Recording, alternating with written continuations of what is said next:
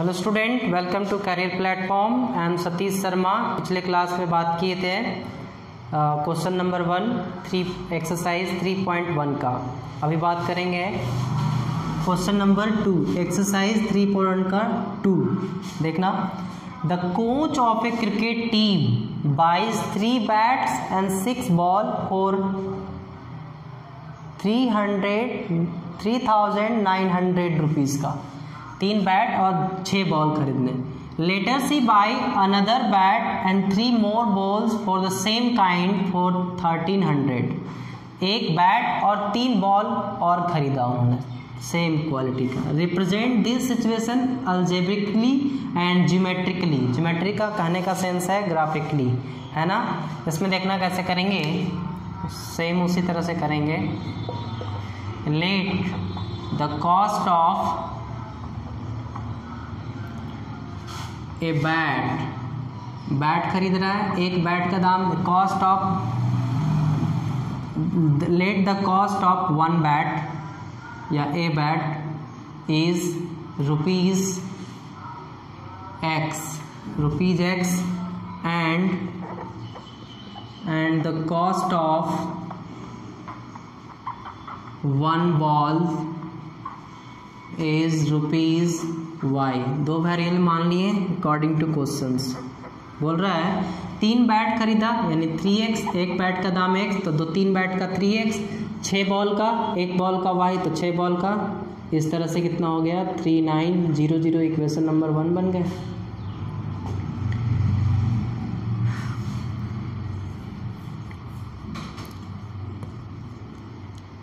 algebraically represent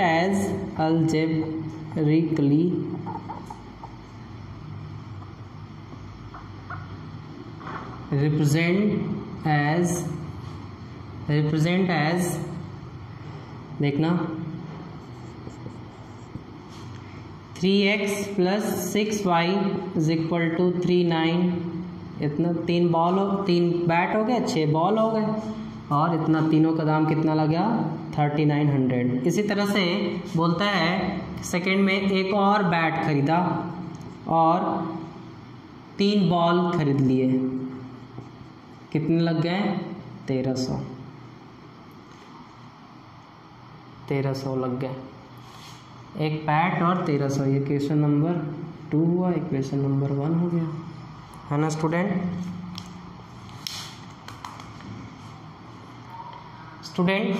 question में 2 मोर balls लिखा है तो यहाँ हम 3 ना लिखकर 2 लिखेंगे। 2x, एक बैट खरीदा और 2 बॉल एक्स्ट्रा खरीदा, 1300 रुपये लग गए। इस तरह से हो गए। अब हम टेबल बनाएंगे। ये हम लोग एल्जेब्रिकली रिप्रेजेंट कर दिए। अब हमारी बात आ गई ज्योमेट्रिकली रिप्रेजेंट करने का। तो लिखेंगे फ्रॉम इक्वेशन 1 क्या लिखेंगे 3x plus 6y is equal to 3900। 3 common ले लोगे तो क्या बचेगा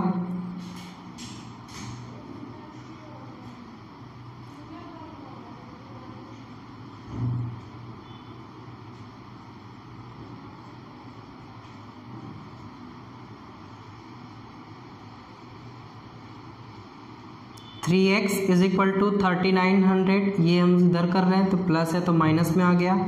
अब देखो 3 को हम रिमूव कर रहे हैं तो ये तो सेम लिखेंगे।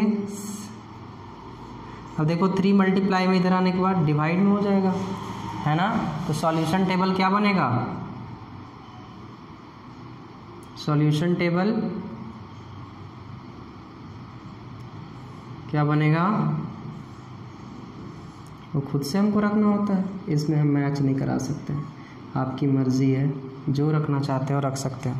देखो 6y के जगह पर हम कितना लिखेंगे, अगर हम y के जगह पर 600 ले लेते हैं तो कितना हो जाएगा 6 6 36। तो ये x कितना हो जाएगा 100। देखना 39 है -6 और y के जगह पर 600 रख रहे हैं तो 39 माइनस 6 6 36 अपॉन 3 यानी 39 में 300 और 3 से डिवाइड करेंगे तो 100 हो जाएगा। 600 रखेंगे y का वैल्यू तो x कितना आ जाएगा 100। अगर हम इसको कितना रखें, अगर y का वैल्यू हम फिर से रखेंगे, रेंज में ऐसा लेना है कि रेंज में आ जाए, ग्राफ पर आ जाए। मान लो अगर हम ले लेते हैं 700, 7 छक 42, नहीं ज़्यादा हो जाएगा,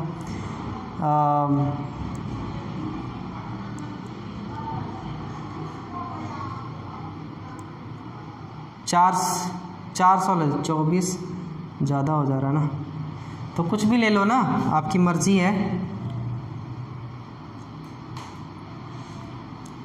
500 ले लेते हैं, मान लो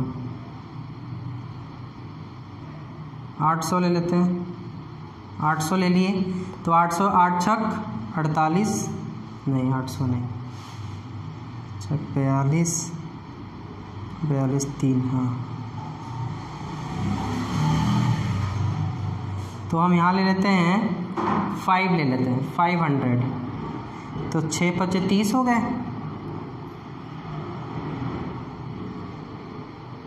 3900 माइनस 6 पचे 30 तो 900 बचे, और 900 में 3 से भाग करेंगे तो 300 आएगा, 300 आ गया, 3 5 सही है। अब इसी तरह से सॉल्यूशन 2 करेंगे। फ्रॉम इक्वेशन 1 कर दिए, फ्रॉम इक्वेशन 2 करो।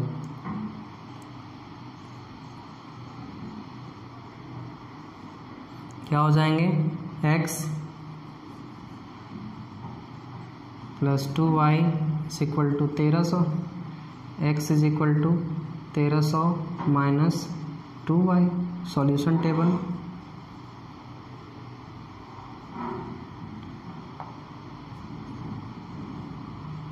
सॉल्यूशन टेबल क्या हो जाएगा,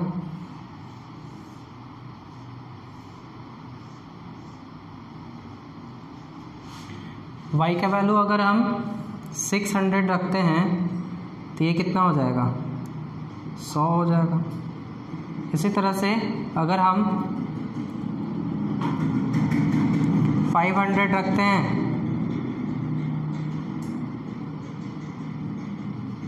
500 रखते हैं तो कितना हो जाएगा, 300। 5 2 जा 10 यानी 1000, और 1300 में 1000 माइनस होगा तो 300 बचेगा। ठीक है, ये वही चीज़ें वही ग्राफ पे आ रही हैं सेम, तो क्या हो जाएगा, या कुछ और ले लो फिर। अगर हम यहाँ कितना ले लेंगे,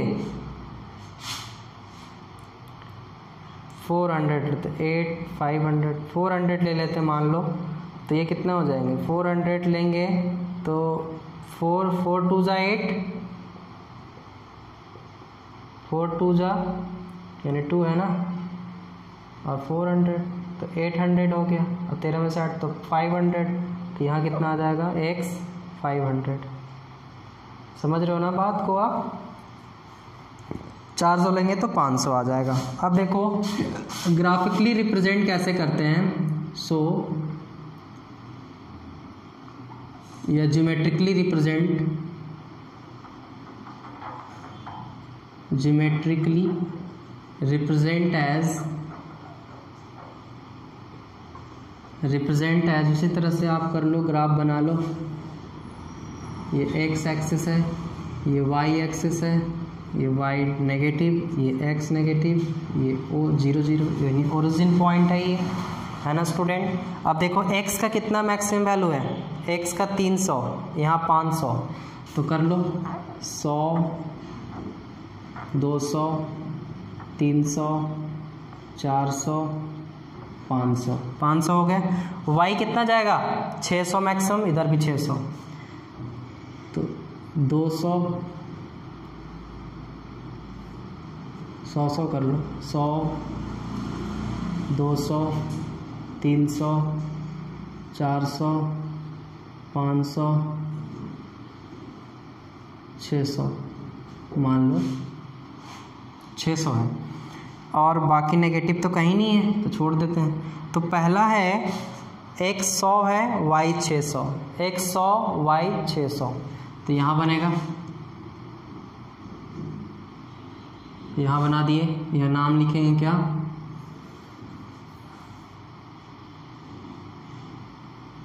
ज्योमेट्रिकल रिप्रेजेंट एज तो ये 600 है, तो यहाँ से यहाँ बनेगा, यानी P इज इक्वल टू 100 600, इस तरह से बन गया। फिर दूसरा है x 300 y 500, x 300 y 500,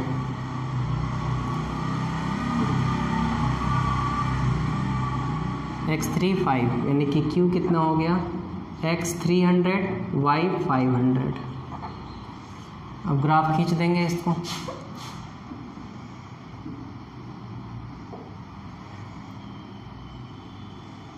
straight line बन गया ना, स्ट्रेट लाइन बनना चाहिए, ग्राफ पर आपका D2 आ जाएगा। दूसरा एक इस इक्वेशन लिख सकते हो आप। इक्वेशन फर्स्ट क्या है, 3x + 6y is equal to 3900। इसी तरह से हम लोग करेंगे, x है 100 है और y कितना है 600, वही जाएगा PQR। फिर 500 है x 500 और y कितना है 400, तो 400 ये हो जाएगा PQRS 400 और 500 400, x 500 है ना, तो यहाँ हो जाएगा 500 400, यानी 2 पॉइंट बन गया, एक इधर से एक इधर से, तो यानी कि कैसी लाइनें हो गई, कोइंसिडेंट लाइन। एक ही लाइन पर 2 लाइन बन रहा है ना, तो कोइंसिडेंट लाइन हो गई। और कोइंसिडेंट लाइन होगी तो किस तरह का सॉल्यूशन मिलेगा, infinite many solutions, infinite many. लेकिन हमको इसी तरह से रिप्रेजेंट करना है आपको, तो इस तरह से रिप्रेजेंट कर देंगे, ठीक है ना, दोनों एक ही लाइन पर बन गया आपका। इस तरह से सेकंड नंबर क्वेश्चन हो गया। थर्ड इसके बाद करेंगे हम स्टूडेंट। थर्ड क्वेश्चन है आपका इस चैप्टर का लास्ट क्वेश्चन है, एक्सरसाइज 3.1 का। देखना, the cost of 2 kg of apples and 1 kg of grapes on a day. एक दिन 2 kg एप्पल का कॉस्ट और 1 kg ग्रेप्स का cost was found to be 160 rupees. 2 kg apple और 1 kg ग्रेप्स का दाम कितना था 160। After a month the cost of 4 kg of apples and 2 kg of grapes is to 300। एक माह के बाद 4 kg एप्पल का दाम और 2 kg अंगूर का दाम यानी ग्रेप्स का दाम 300 रुपये हो गए। Represent this situation algebraically and geometrically, दोनों करना है, ठीक। उसी तरह से सॉल्यूशन लिखेंगे, late the cost of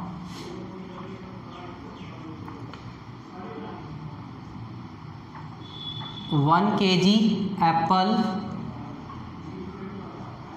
Apple is x rupees and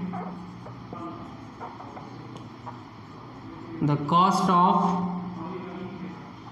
1 kg grapes is rupees y। x rupees 1 kg Apple का दाम x रुपया और 1 kg ग्रेप्स का दाम y रुपया है according two questions. algebraically represent as क्या होगा, देखना कितना kg एप्पल है 2 kg। 1 kg के दाम x रुपीज़, तो 2 kg का 2x प्लस 1 kg ग्रेप्स का दाम y रुपीज़ है। दोनों मिलाकर कितने में लेते हैं 160 रुपये में। इक्वेशन नंबर 1 बन गया इस तरह से। दूसरा बोलता है कि 4 kg एप्पल्स है, तो 1 kg का दाम x और 4 kg का 4x। 1 kg एप्पल का दाम ग्रेप्स का दाम y है और 2 kg खरीदता है, तो 2y इज इक्वल टू कितने 300 रुपये। ये इक्वेशन नंबर 2, ये अलजेब्रिकली रिप्रेजेंट कर दिया हमने। अब हम लोग बोलता है ग्राफिकली रिप्रेजेंट करने के लिए आपको बताए थे equation from equation from equation 1 क्या होता है, 2x plus y is equal to 160, 2x is equal to 160 minus y, so x is equal to x का वैल्यू यहाँ लाना है, और देखो ये मल्टीप्लाई में इधर आने के बाद डिवाइड में, तो इसको सॉल्यूशन कैसे बनेंगे,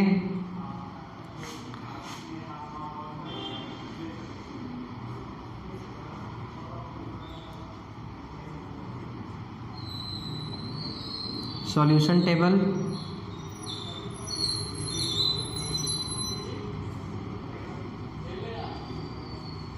अगर y को हम कितना रखें 60 रखेंगे, y को 60 रखेंगे तो ये 50 आ जाएगा। देखना 160 था, y के जगह पर हम क्या रख रहे हैं 60, घटाएंगे तो कितना हो जाएगा 100 हो जाएंगे, और 100 2 से डिविजिबल हो जाएंगे तो 50 हो जाएंगे, 50 हो गया ना। इसी तरह से एक और, अगर y को हम 0 कर देते हैं, y को हम 0 कर देते हैं तो ये कितना हो जाएगा, y 160 में से 0 तो 160, फिर 2 से डिवाइड करेंगे तो 80 हो जाएगा ये। ठीक है स्टूडेंट। अब एक फ्रॉम इक्वेशन 2, क्या है from equation, 4x plus 2y is equal to 300, 4x is equal to 300, ये इधर जाएगा तो minus 2y, x is equal to क्या हो जाएंगे 300 माइनस 2y अपॉन 4, मल्टीप्लाई में आ जाएंगे, तो चार्ट क्या हो जाएगा सॉल्यूशन टेबल,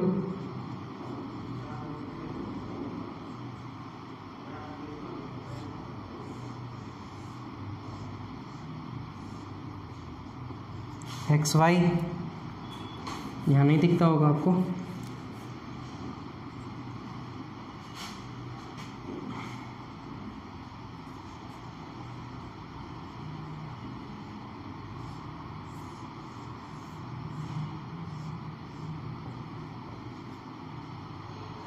देखना y के जगह पर हम कितना रखेंगे 50, तो कितने हो जाएंगे, मान लो 50 रखते हैं y की जगह पर, तो 52 जा 100, 300 में से 100 जाएगा तो 200, अब 4 से करेंगे तो 50 ही आएगा।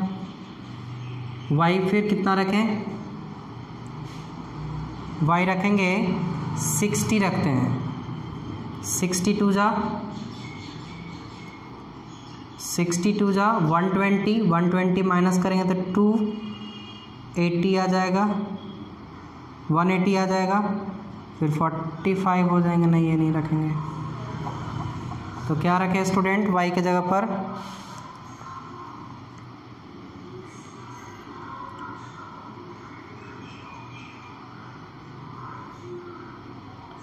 y के जगह पर हम 40 रखते हैं तो 80 हो गया, 220 नहीं, 60 70 40 नहीं, 30 रखेंगे तो 60, हाँ 30 रखेंगे, 30 लो रख लो, 32 जा 60, और 300 में से 60 जाएगा तो 240, और 240 4 से डिविजिबल करेंगे तो 60 आ जाएगा, यानी 30-60 का रेशियो आ गया। ठीक है ना। अब ग्राफ, तो graphically represent as, hence geometrically represent as देखना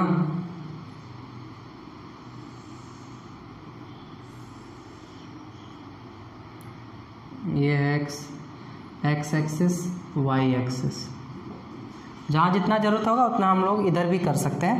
तो x कितना है 50, मैक्सिमम 80 तक गया है, तो कर लो 20 40 60 80, इधर भी, इधर कितना है 60 मैक्सिमम है, तो इधर हो गया 20 40 60 80 तक, मान लो इधर भी कर लिए।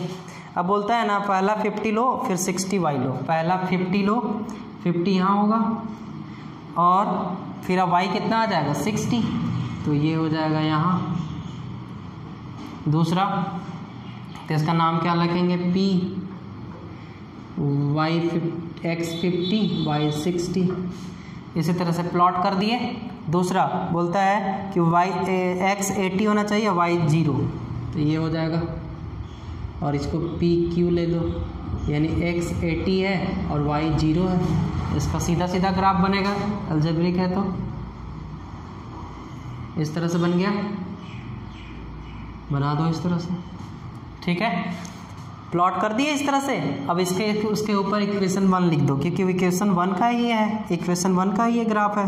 2x + y = 160, यहाँ लिख देंगे 2x + y = 160, ये उसका ग्राफ है। क्योंकि इस लीनियर इक्वेशन का ग्राफ कैसा होता है, स्ट्रेट लाइन। तो देखना फिर इस तरह से इसको x50 y50, x50 y50, यानी यहाँ से यहाँ जाएगा ना। इसका नाम क्या देंगे, पी क्यू आर, आर दे दो, 50 50, दोनों 50, x भी 50 y भी 50। और देखना 60 है x 60 ये ले लेते हैं, और y कितना 30, तो यानी 30 ये होगा, ये यहाँ 30 होगा ना, यानी कि 60 30, पी क्यू आर एस वाला ये हो गया, है ना। इसको ये मिला देते हैं,